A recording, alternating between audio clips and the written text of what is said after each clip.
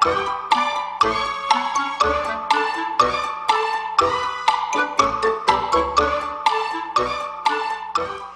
story time with Mrs. Richardson.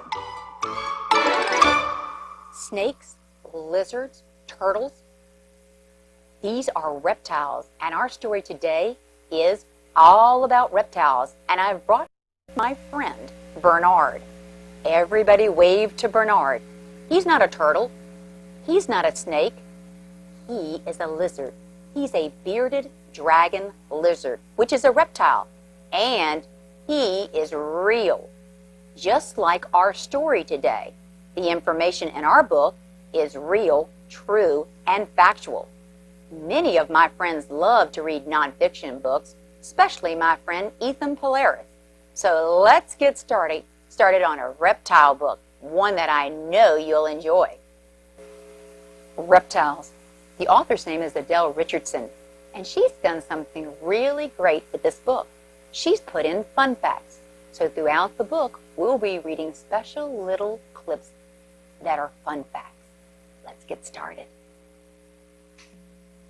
Most nonfiction books have what's called a table of contents, and that's where the book's divided into sections with page numbers. So if you wanted to go to a certain section, you would know what page to go to. Reptiles. Reptiles belong to the animal kingdom. Lizards, turtles, and snakes are reptiles. Other groups of animals live on Earth with the reptiles. Like amphibians, they have moist skin. Like fish, which have fins. Insects, which have 6 legs. Mammals that have hair, and birds that have feathers. But today, we're talking about the animal group of reptiles. Reptiles are vertebrates. Reptiles have backbones. Animals with backbones are vertebrates. The small bones in the backbone are called vertebrae. Reptiles with many vertebrae can bend more than reptiles with fewer vertebrae. Here is fun fact number 1. Some pythons, like the one pictured here, which is the green tree python, has about 400 vertebrae. Wow. People have only 32 to 34 vertebrae. And you can feel the vertebrae by reaching back and touching your backbone. Reptiles are cold-blooded.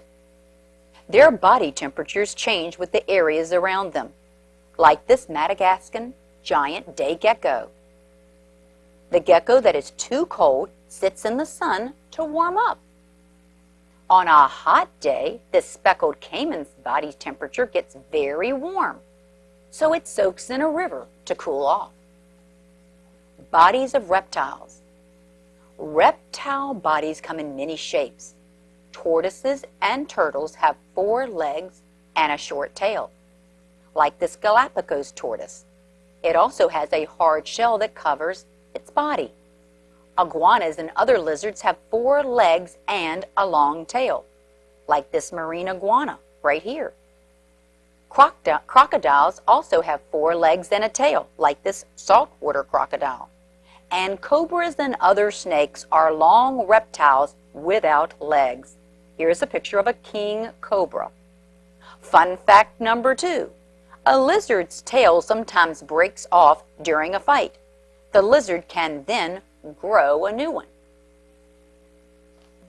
Reptiles have scales. Chameleons and all other reptiles have hard, dry skin. This is the Johnston's chameleon. Reptiles are covered with folded pieces of hard skin called scales. Most reptiles shed their skin. It's called molting. New scales grow under the old ones. The old scales then fall off. Fun fact number 3. A chameleon's skin can change color. The skin becomes darker or lighter to match the areas around it. This is the Johnston's chameleon. You can find these at the Norfolk Zoo or at some pet stores, and you can see it's starting to change its color to look more like its surroundings or the stick that it's sitting on. That's called camouflage. How reptiles breathe. Reptiles breathe air through lungs. Most reptiles have 2 lungs.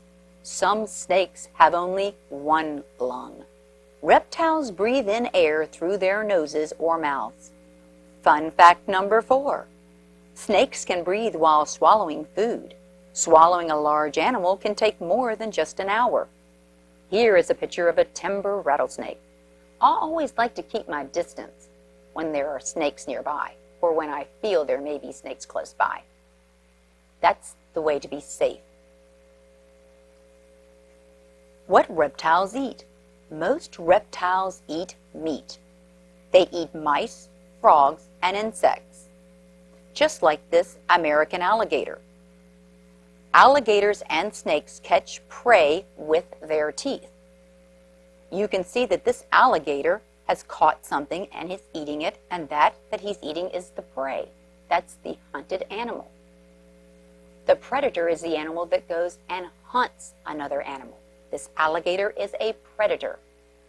A meat-eating animal is called a carnivore.